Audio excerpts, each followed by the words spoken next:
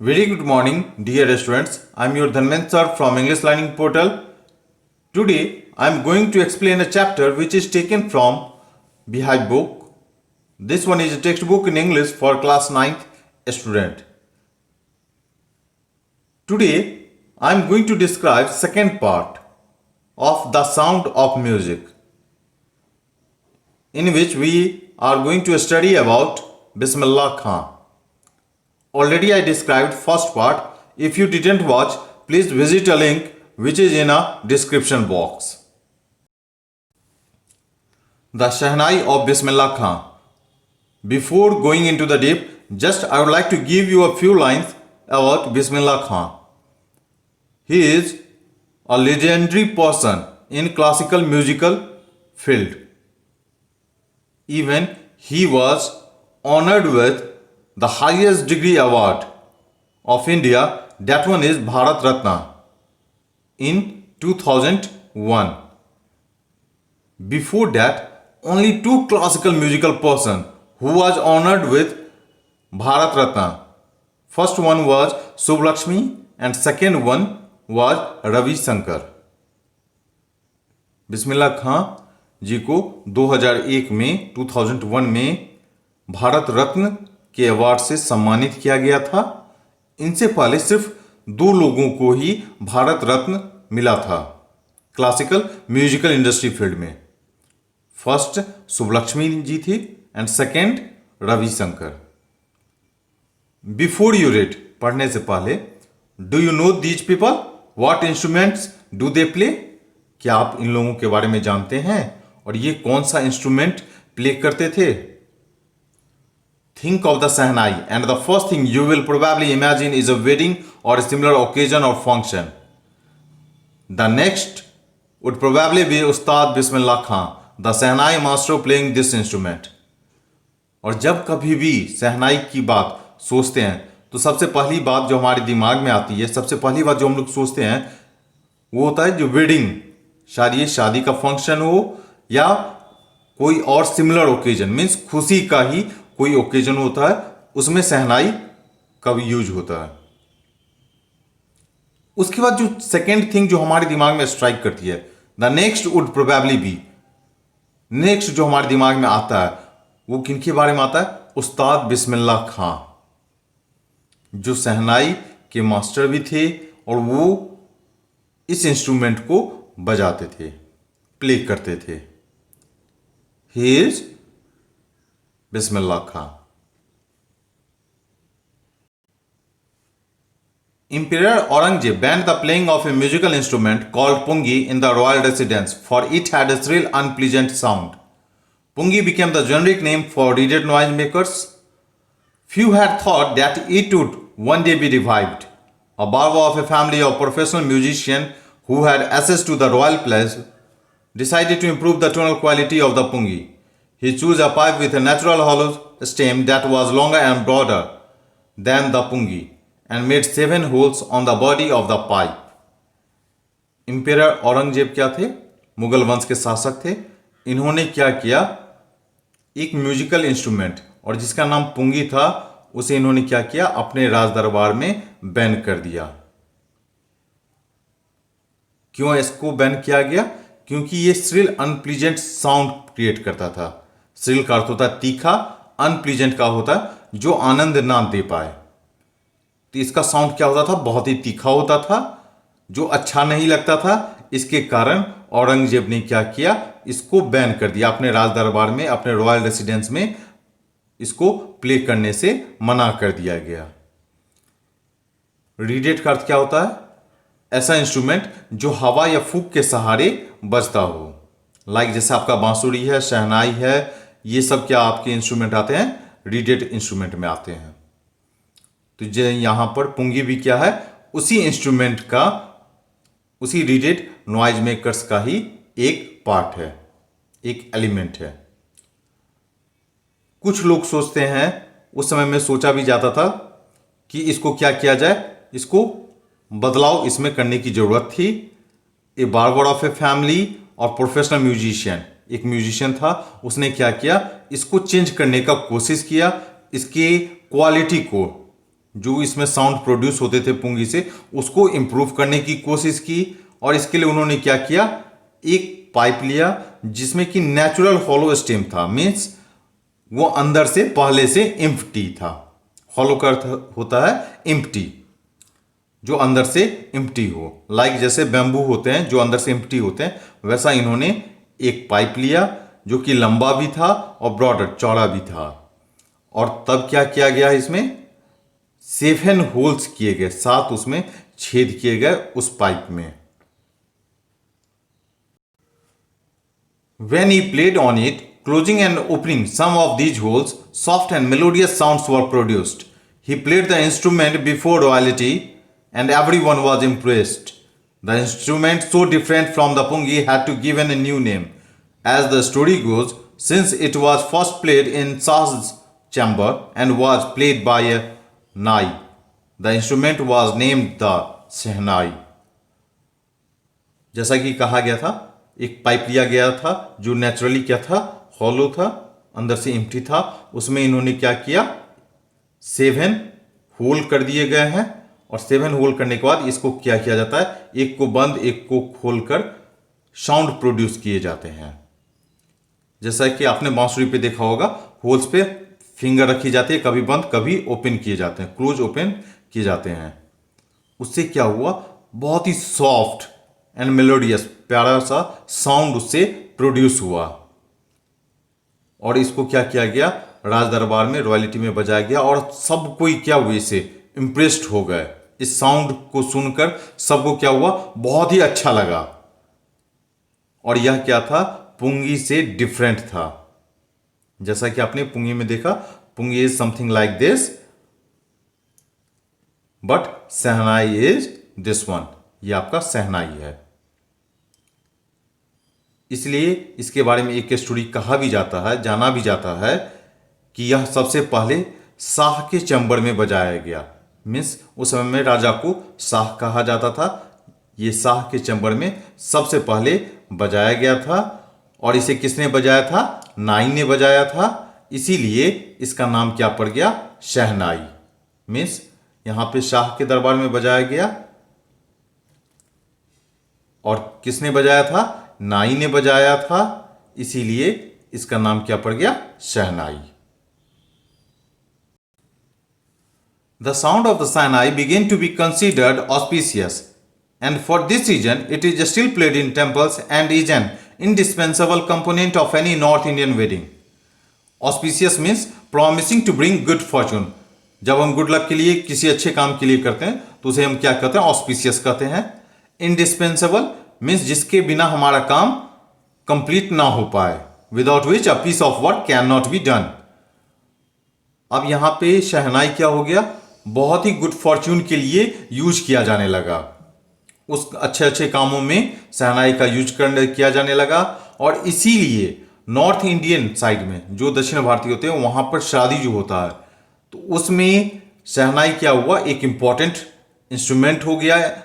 वो टेम्पल में भी अब बजाए जाते थे। In the past the shehnai was part of the नौबत or traditional ensemble of 9 instruments found at royal court.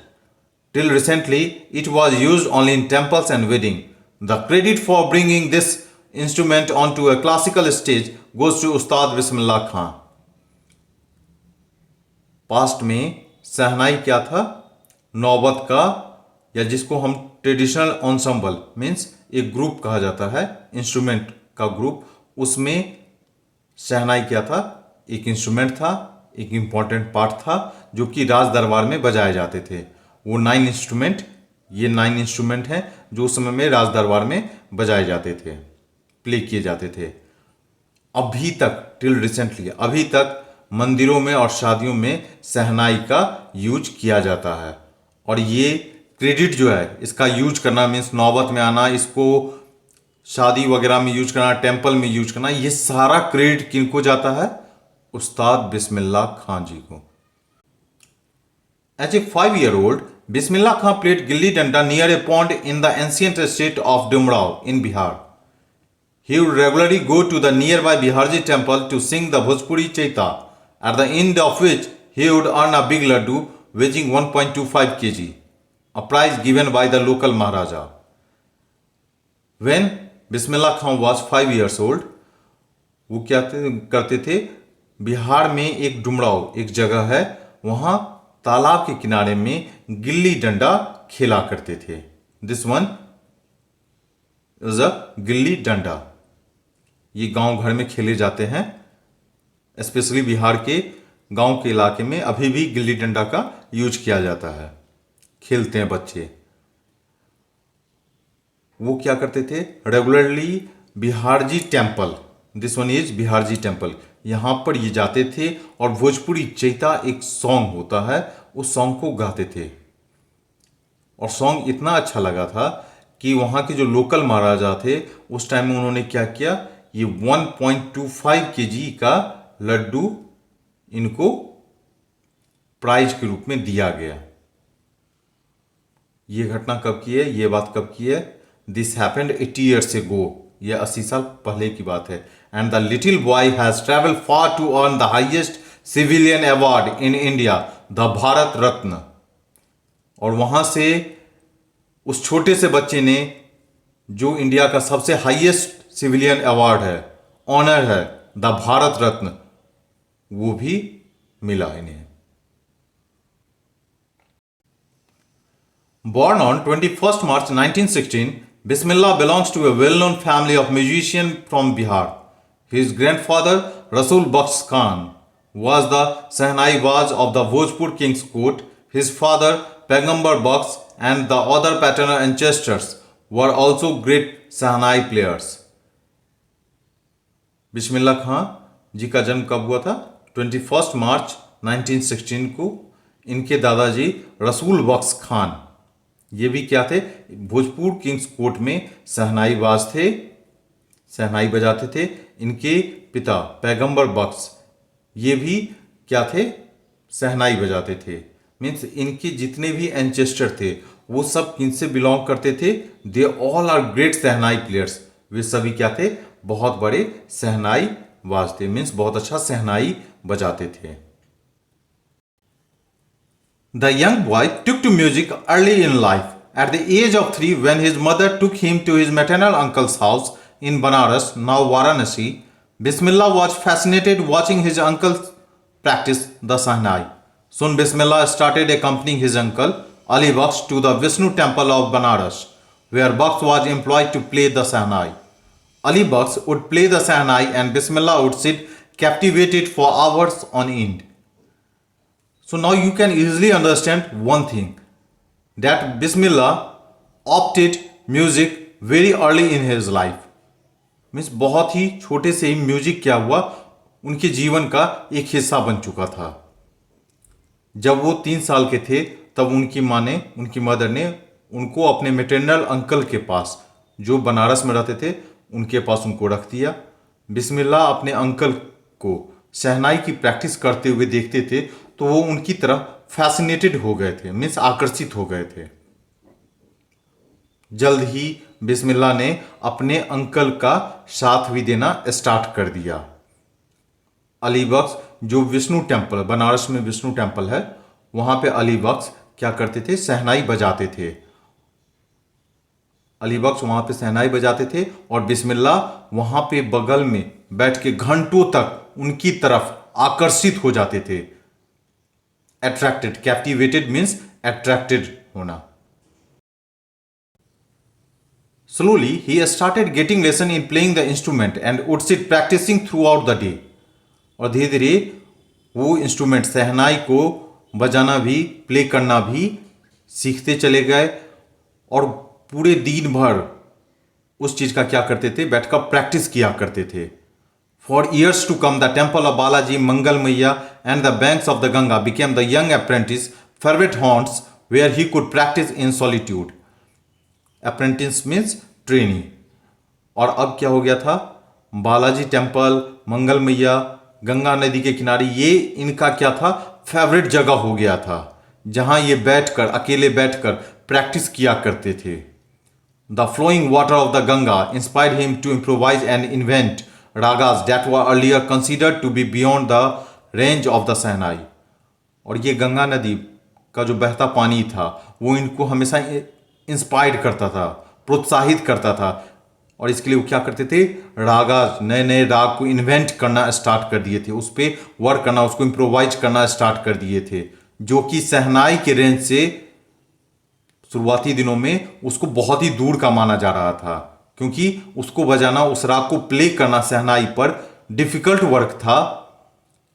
लेकिन उस पर क्या किए, ये वर्क करना स्टार्ट कर दिए, उसको प्ले करना स्टार्ट कर दिए।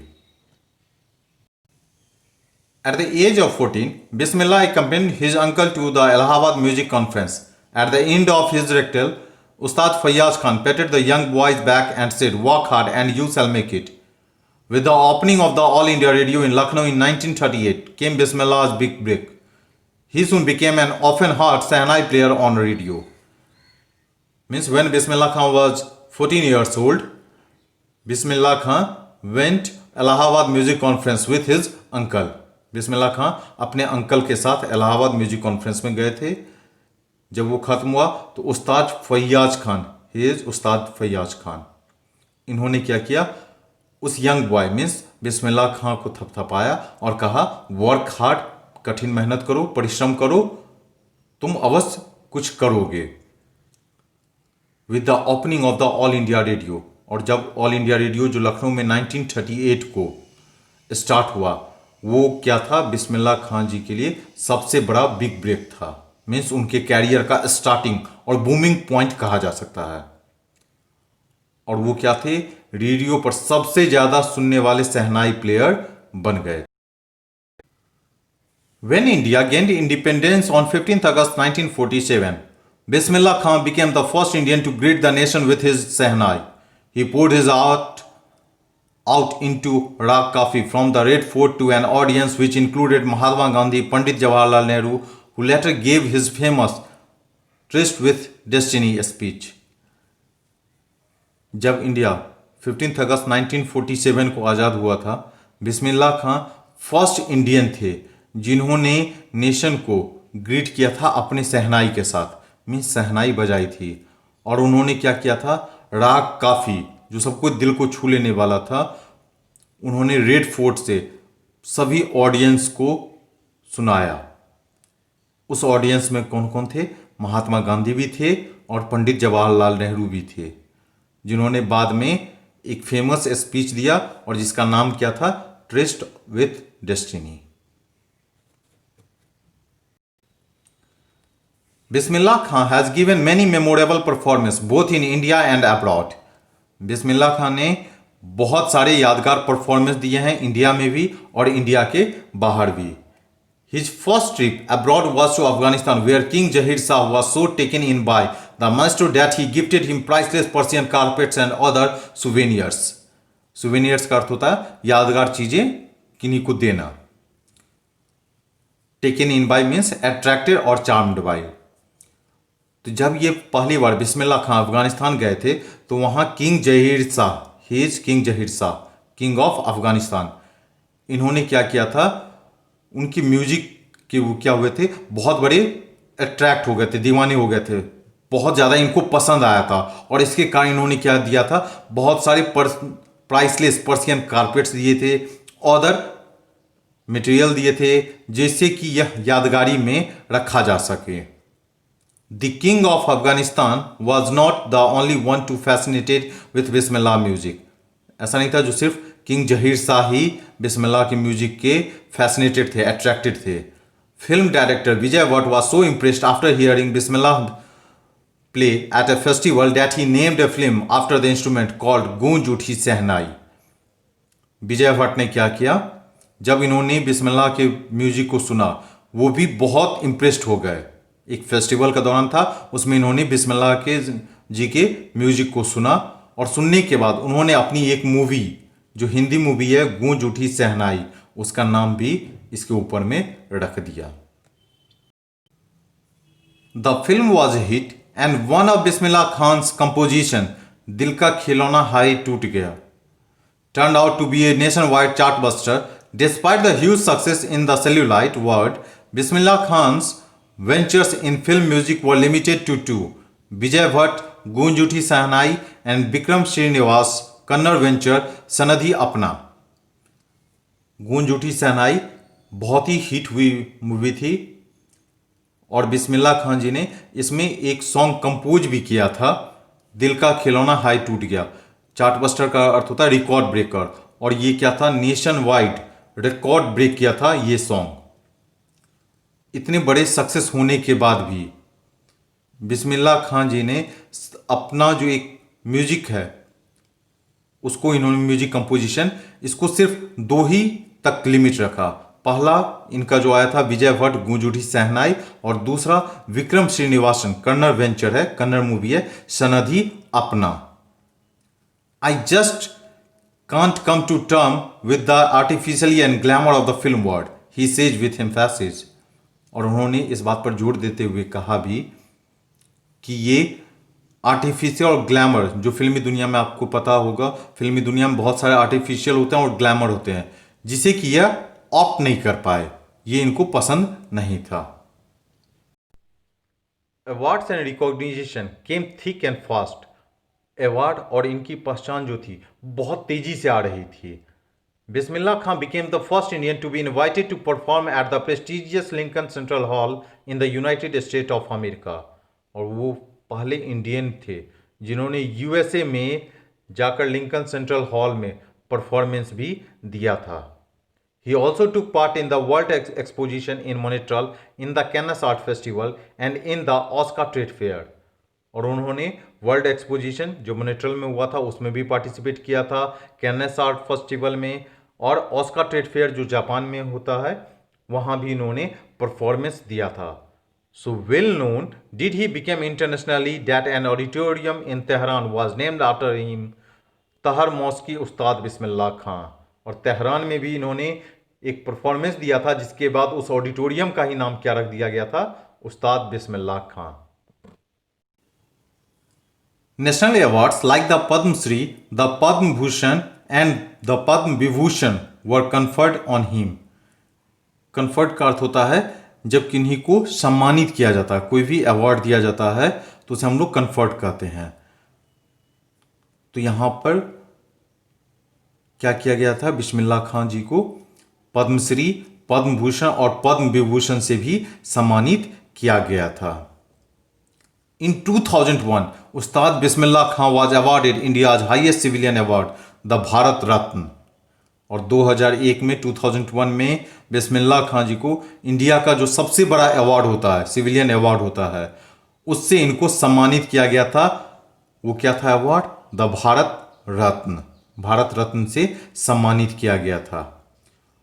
With the coveted award resting on his chest and his eyes glinting with rare happiness, he said, all I would like to say is teach your children music. This is Hindustan's richest tradition. Even the West is now coming to learn our music। ग्लिंटिंग का अर्थ क्या होता है, sign करना, चमक आ जाना। और जब इनके चेस्ट पर भारत रत्न से सम्मानित किया गया, क्योंकि ये इनके सबसे हार्डवर्क का ही रिजल्ट था। इतने जो इन्होंने कठिन परिश्रम किए थे उसी का रिजल्ट था जो इन्हें 2001 में भारत रत्न से सम्मानित भी किया गया था। और इन्होंने उस दिन एक मैसेज कन्वे किया था सभी के लिए। ये क्या चाहते थे, all I would like to say, ये कहना चाहते थे कि अपने बच्चे को आप म्यूजिक सिखाओ। यही म्यूजिक क्या है, हिंदुस्तान का सबसे रिचेस्ट ट्रेडिशन है। अब क्या हो रहा है, वेस्ट मीन्स पश्चिमी लोग जो हैं, वेस्टर्न पीपल जो हैं, वो भी क्या कर रहे हैं, हमारे म्यूजिक को सीख रहे हैं। In spite of having traveled all over the world, Khan Sahab, as he is fondly called, is exceedingly fond of Banaras and Dumrao, and they remain for him the most wonderful towns of the world। Bismillah Khan साहब वैसे तो पूरी दुनिया घूम चुके थे, पूरी दुनिया में ट्रैवल कर लिया था, लेकिन खान साहब को सबसे ज़्यादा क्या पसंद था, बनारस एंड डुमराव, जहां वो जन्म लिए थे। Banaras where he learn the music. वो अभी भी दुनिया की किसी भी जगह से सबसे बेहतरीन, सबसे वंडरफुल टाउन इनके दिमाग में है। A student of his once wanted him to head a Sahnai school in the USA, and the students promised to recreate the atmosphere of Banaras by replicating the temples there. एक student जो चाहता था कि वो यहाँ USA में शहनाई school के head बन जाए, और उसने प्रॉमिस भी किया था कि वो क्या करेगा, बनारस जैसा यहाँ एटमॉस्फेयर क्रिएट करेगा। मीन्स वहाँ पर भी क्या करेगा, वो रिप्लिकेट मीन्स व्यवस्था करना, वहाँ पे सिचुएट करना, वो टेम्पल्स जैसा बनारस में है ठीक वैसा ही वहाँ पर यूएसए में वो क्रिएट कर देगा। But Khan Sahab asked him if he would be able to transport river Ganga as well. और खान साहब ने कहा अगर तुम ट्रांसपोर्ट कर दो, मीन्स रिवर गंगा जो अभी बनारस के में है, बनारस के घाटों के पास है, उसको तुम क्या करो, वो भी यहां पर ट्रांसपोर्ट कर दो, वो भी यहां ले आओ, तब शायद। Later he is remember to have said, और उसके बाद वो कहते भी हैं that is why whenever I am in a foreign country I keep yearning to see Hindustan. और जब कभी भी मैं दूसरे देश में रहता हूँ, फॉरेन विदेश में रहता हूँ, मुझे एक इच्छा होती है कि मैं अपने हिंदुस्तान को देखूं। While in Mumbai I think of only Banaras and the Holi Ganga. और जब मुंबई में रहता हूं तो बनारस के बारे में सोचता हूं और पवित्र गंगा के बारे में सोचता हूं। And while in Banaras I miss the unique मठा ऑफ डुमराव। और जब मैं बनारस में रहता हूं तो मैं किस चीज को मिस करता हूं, डुमराव के मठा को मिस करता हूं। Now you can easily understand कि खान साहब, मिस बिस्मिल्लाह खान साहब कितने जमीन से जुड़े हुए इंसान थे। डाउन टू अर्थ जिसे कहा जाता, वो डाउन टू अर्थ थे। वो फॉरेन कंट्री में चाहते तो रह सकते थे, लेकिन उनकी डिजायर क्या थी, हिंदुस्तान में रहने की। हिंदुस्तान में भी अगर वो मुंबई में रहते थे तो बनारस की याद आती थी और गंगा रिवर की याद आती थी, और जब बनारस में रहते थे तो उन्हें मट्ठा की याद आती थी जो डुमराव में मिलता था। Ustad Bismillah Khan's life is a perfect example of the rich cultural heritage of India, one that effortlessly accepts that a devout Muslim like him can very naturally play the Sahnai every morning at the Kashi Vishwanath temple. Devout means believing strongly in a religion and obeying its laws and following its practice. बिस्मिल्लाह खां की जो ज़िंदगी है, बिस्मिल्लाह खां साहब की जो ज़िंदगी है, वो इंडिया के सबसे रिच और कल्चर हेरिटेज का एक परफेक्ट एग्जाम्पल है, अच्छा उदाहरण है। बिस्मिल्लाह खान साहब मुस्लिम थे, even he was following every rules of Muslim. वो मुस्लिम धर्म को भी मानते थे, मुस्लिम लॉ को भी, रेगुलेशन को भी मानते थे। बट देन आफ्टर वो हर सुबह काशी विश्वनाथ टेम्पल में सहनाई भी बजाते थे। Means culture is not a barrier, culture को उन्होंने बैरियर नहीं माना था। और यही हमारी हिंदुस्तान की एक सबसे बड़ी खूबसूरती है, और ये सबसे बड़ा उदाहरण है हम लोगों के रिच और कल्चर हेरिटेज का। उस्ताद बिस्मिल्लाह खां passed away on 21st August 2006 at the age of 90 after a prolonged illness. उस्ताद बिस्मिल्लाह खां साहब 21 अगस्त 2006 को 90 ईयर्स की एज में एक लंबी बीमारी के बाद क्या हुआ, उनका देहांत हो गया। He was given A state funeral and the government of India declared 1 day of national morning. और अब क्या किया गया, गवर्नमेंट ऑफ इंडिया ने एक दिन का हॉलीडे भी रखा on the memory of Bismillah Khan Sahab. Really he is our legend, he is a perfect example of Indians. वो एक परफेक्ट एग्जाम्पल है एक इंडियन के रिच कल्चर हेरिटेज के। Okay, and at the end if you really like this video then please like, share, comment and subscribe this channel. Thanks a lot.